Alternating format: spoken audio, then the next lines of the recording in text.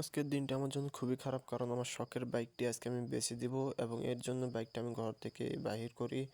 আর কিছুক্ষণ পরে আমার একটি ছোট ভাই আসবে, সে গাড়িটি নেবে এবং সেই গাড়িটি দেখবে। এই জন্য আমি ঘর থেকে বাইকটি বের করে আমাদের উঠোনে নিয়ে আসি এবং বলতে বলতে সে চলে এসেছে এবং সে এসে আগে আমার সাথে কিছুটা কথা বললো গাড়ির ব্যাপারে এবং গাড়িটি দেখতে চাইলো। তাই জন্য আমি তাকে বললাম, তুমি গাড়িটি ঘুরে দেখো, এবং সে দেখছে গাড়িটি ভালো করে, যেহেতু ওর আব্বু আশেপাশে আসছিল এবং ও নাকি সবচাইতে গাড়ির ব্যাপারে ভালো বোঝে, এই জন্য ওই আগে এসেছে গাড়িটি দেখতে। তো গাড়িটি ওকে বললাম তুমি ভালো করে দেখো। গাড়িটি ও দেখছে, নাম্বার প্লেট, সাইলেন্সার, ইটি সব কিছু দেখছে যে ঠিক আছে কি না। গাড়িটা কি পছন্দ হয়েছে তোমার? জি ভাইয়া, পছন্দ হয়েছে। তো ভালো করে দেখে নিছো? হ্যাঁ জি ভাইয়া, আমি পুরো দেখে নিচ্ছি। তো গাড়ির দাম কি জানো তুমি? না, গাড়ির দামটা যদি একটু বলতেন। 1,20,000। 1,20,000 এটাই ফিক্সড। একটু কম করে রাখেন। যাও, তুমি 5,000 টাকা ছাড়। আচ্ছা, ধরো, চাবিটা ধরো, এখন থেকে গাড়িটা তোমার। টাকাটা দাও।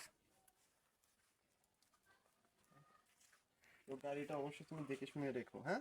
আচ্ছা, ভালো করে দেখি। এবং ফাইনালি গাড়িটি বেচে দিলাম ওর কাছে এবং গাড়িটিও স্টার্ট দিয়ে চলে যাচ্ছে। আমার শখের বাইকটি বেচা হলো, দেখি কি করা, সামনে আরেকটা বাইক নেওয়া যায় কি না।